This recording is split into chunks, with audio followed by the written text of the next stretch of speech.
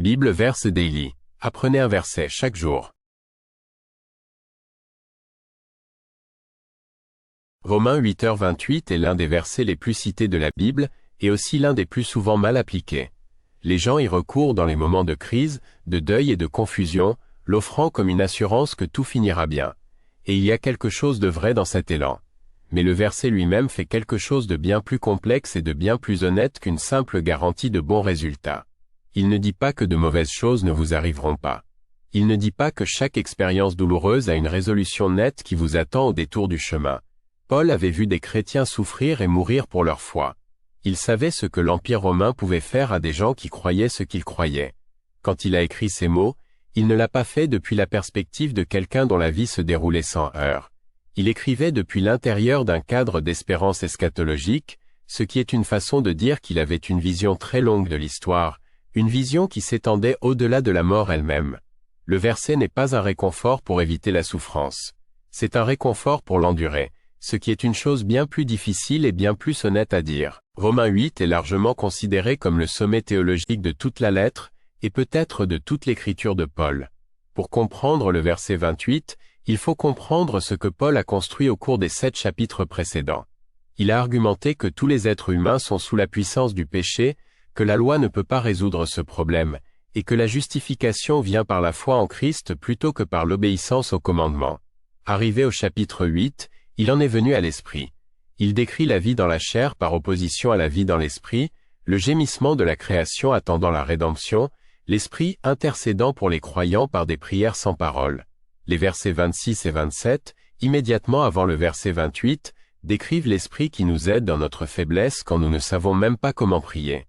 Paul passe ensuite au verset 28 avec les mots « et nous savons », indiquant qu'il fait une affirmation de synthèse, une conclusion qui découle de tout ce qui précède. Le contexte n'est pas une promesse de prospérité.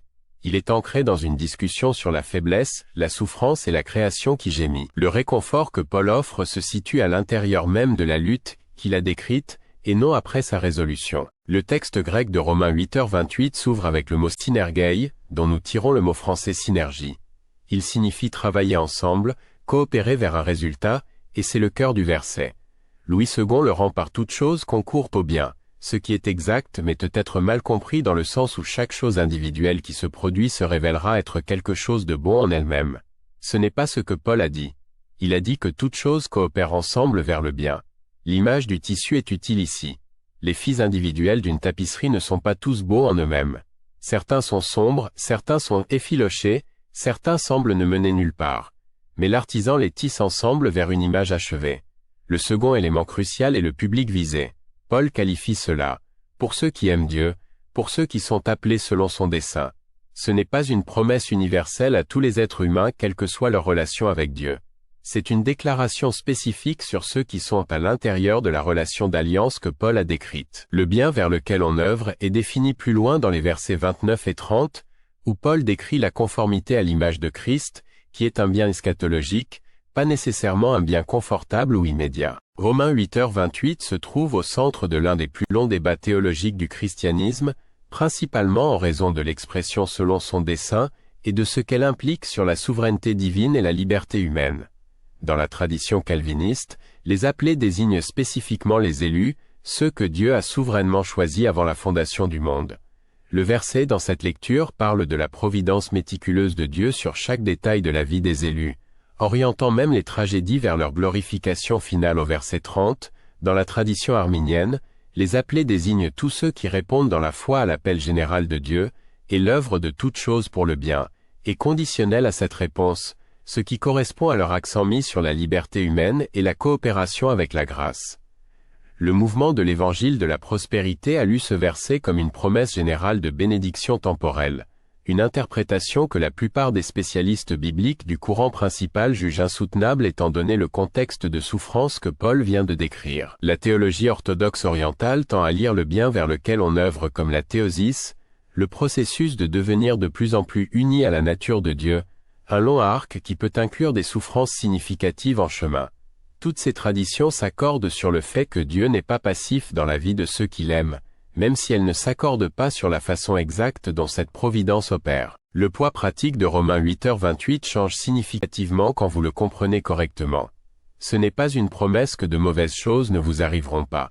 C'est une promesse que même les mauvaises choses n'opèrent pas en dehors de la conscience et de l'engagement de Dieu. C'est un type de réconfort différent, et à bien des égards un réconfort plus honnête. Quand vous êtes au milieu de quelque chose de genuinement difficile, une perte, un échec, une trahison, une crise de santé, la dernière chose dont vous avez besoin est que quelqu'un laisse entendre que tout va se résoudre de façon nette. Ce que Paul offre réellement est quelque chose de plus durable, l'assurance qu'aucune circonstance, aussi sombre soit-elle, n'a échappé à la portée d'un Dieu qui travaille activement tout en ensemble. La question que cela vous pose n'est pas de savoir si vous pouvez maintenir une attitude positive. La question est de savoir si vous faites confiance à celui qui vous a appelé et qui ne vous a pas abandonné dans la chose difficile. Vous n'avez pas besoin de prétendre que la chose douloureuse est bonne. Vous n'avez pas besoin de couvrir le deuil de langage spirituel. Paul lui-même gémit dans ce chapitre. La promesse est que gémir et naviguer avec intention ne sont pas mutuellement exclusifs. Dieu est à l'œuvre même dans ce que vous n'auriez jamais choisi. Romains 8h28 n'est pas une garantie que vos circonstances seront confortables ou que chaque chapitre douloureux a une résolution nette. Paul fait une affirmation théologique plus large, que Dieu fait coopérer toutes choses ensemble, tissant chaque fil, vers un bien qui est en fin de compte défini comme la conformité à l'image de Christ. La promesse s'adresse spécifiquement à ceux qui aiment Dieu et sont appelés selon son dessein. Ce qu'elle offre au milieu de la souffrance n'est pas une explication, mais une direction. Celui qui vous a appelé est toujours à l'œuvre, même maintenant. Si cette étude de versets vous a aidé à approfondir votre foi, aimez, commentez et abonnez-vous à Bible Verse Daily pour une nouvelle étude chaque semaine. Activez la cloche de notification pour ne rien manquer. De nouvelles études de versets chaque semaine.